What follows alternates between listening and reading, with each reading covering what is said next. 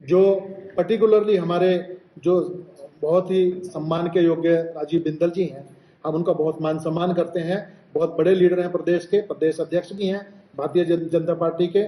उन्होंने यहाँ पे जो हमने प्रेस कॉन्फ्रेंस 3 दिन पहले की थी, और उस दिन जो कॉन्फ्रेंस की थी वो भी हमने, जो बिंदल जी ने माजरा में और किरतपुर में जो पब्लिक को इकट्ठा करके एक हमारे मुस्लिम समुदाय के ऊपर एलिगेशन लगाने की कोशिश की थी, एक समुदाय को दूसरे समुदाय के साथ भड़काने की कोशिश की थी, उसकी क्लैरिफिकेशन के लिए हमने प्रेस वार्ता बुलाई थी और उसमें हमने अपना पक्ष रखा था। हमने कोई बिंदल जी को कटाक्ष नहीं किया, बिंदल जी को क्रिटिसाइज नहीं किया हमने, ना हमारी कोई ऐसी मंशा थी और ना ही आज मंशा है। लेकिन कल फिर बिंदल जी ने पूरी जनसभा में हमें एड्रेस करके बोला है कि यहाँ के पांवटा साहिब के मुस्लिम नेताओं ने प्रेस कॉन्फ्रेंस करके दंदनाते हुए ये वर्ड इस्तेमाल किया, जो हमें घोर आपत्ति है इस वर्ड से।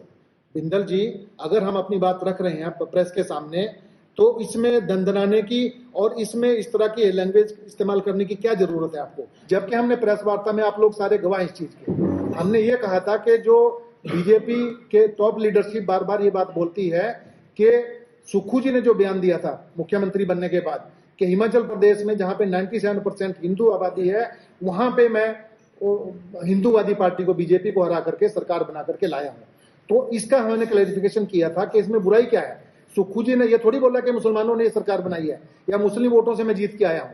उन्होंने ये क्लियर किया था अपनी स्टेटमेंट में कि जहां पे 97% हिंदू हिमाचल प्रदेश में रहते हैं, उस प्रदेश के अंदर मोर देन 70% लोगों ने कांग्रेस पार्टी को सपोर्ट किया है, और उनकी सपोर्ट से मैं ऐसी पार्टी को हरा करके आया हूं जो फिरका वाराना फसादात कराने में विश्वास करती है, एक समुदाय को दूसरे समुदाय के साथ लड़ाने में विश्वास करती है। हमारे हिंदू समुदाय ने, 70% हिंदू समुदाय ने उस पार्टी को नकार दिया है और कांग्रेस की सरकार बनाई है। ये उनकी मंशा थी।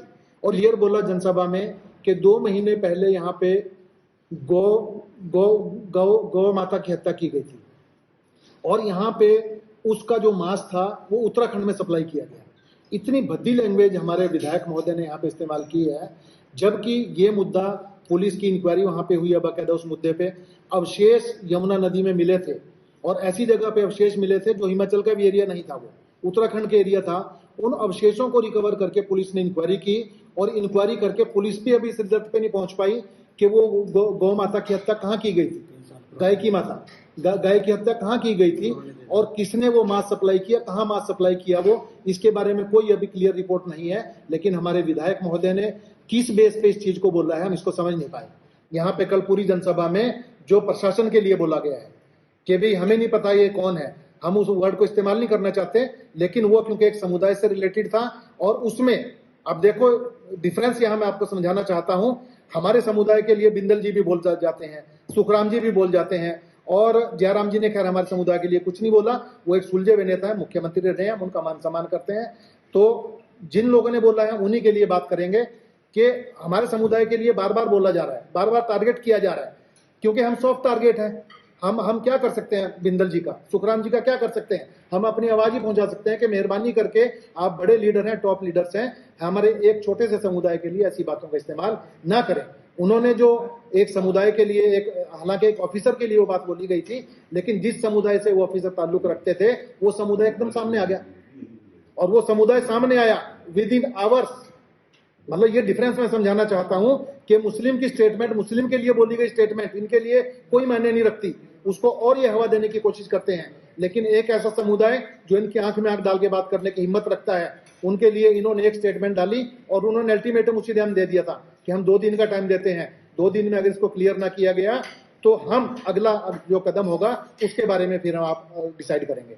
तो 2 दिन तो छोड़ो, 2 घंटे के अंदर इनके सबके ट्वीट्स आ गए हैं कि भी हमने अगर कोई ऐसी गलत बात बोल दी है सिख समुदाय के लिए, तो हम उसके लिए खेद प्रकट करते हैं। तो बिंदल जी, सुखराम जी, आपने जो बातें बोली हैं मुस्लिम समुदाय के लिए, हम भी आप ही की कॉन्स्टिट्यूंसी के लोग हैं, हम भी आप ही के वोटर्स हैं, हम भी यहीं के रहने वाले लोग हैं, हम भी हिमाचल के लोग हैं, हमारे लिए भी थोड़ा सॉफ्ट कॉर्नर रखें। आप ऐसा ट्रीट ना करें कि हम कोई हम विदेशी लोग हैं या हमें आप यहाँ से निकालना चाहते हैं। मेहरबानी करके उस मानसिकता को बदलें, और जो मुस्लिम समुदाय है उसके भी कुछ हक हकूक हैं यहाँ पे, उनको भी आप समझते हुए, उनके हक हकूक को ध्यान में रखते हुए आप बात करें, ताकि यहाँ पे आपसी भाईचारा बना रहे और इलाके में शांति बनी रहे।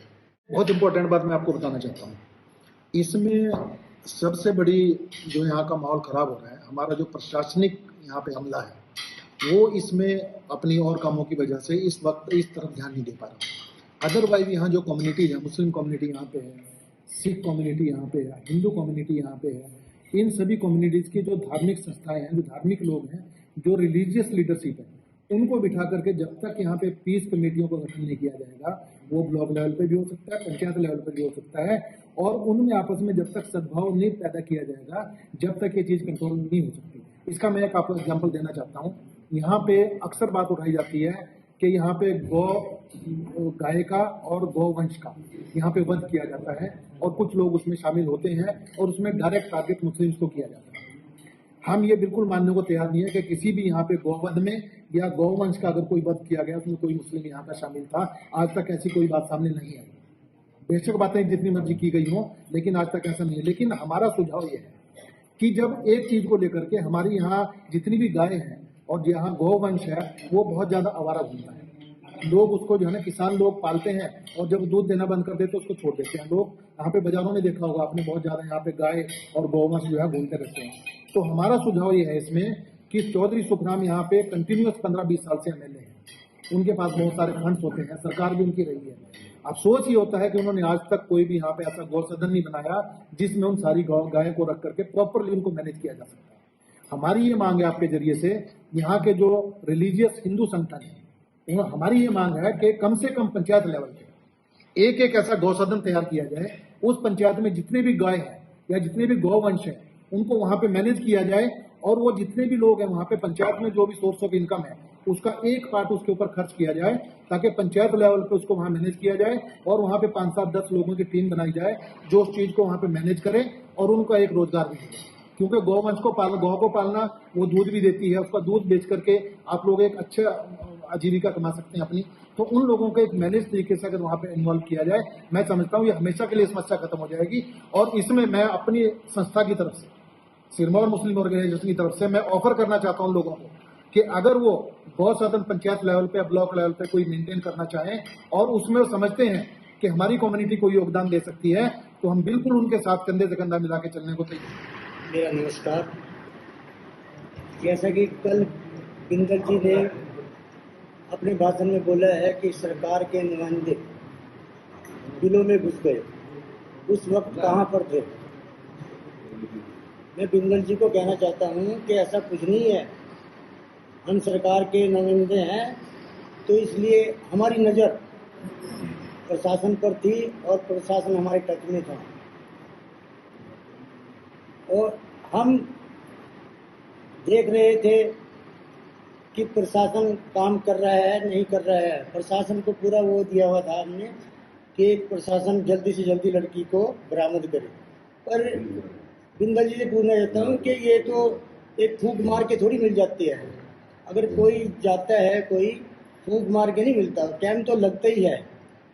तो बिंदल जी ने आके सिचुएशन खराब करी, और हम बच्चों को आगे लाना नहीं चाहते थे जनता के आगे, जिससे उनका आगे का कैरियर भी खराब हो जाए। हमसे जुड़े रहने के लिए हमारे YouTube चैनल को सब्सक्राइब करें और नई वीडियो की नोटिफिकेशन के लिए बेल आइकॉन को दबाएं। अगर आप ये वीडियो Facebook पर देख रहे हैं तो लाइक जरूर करें और ज्यादा से ज्यादा शेयर करें। इसी तरह के और भी अपडेट्स के लिए फॉलो करें हमारा Instagram पेज himachal.kshri।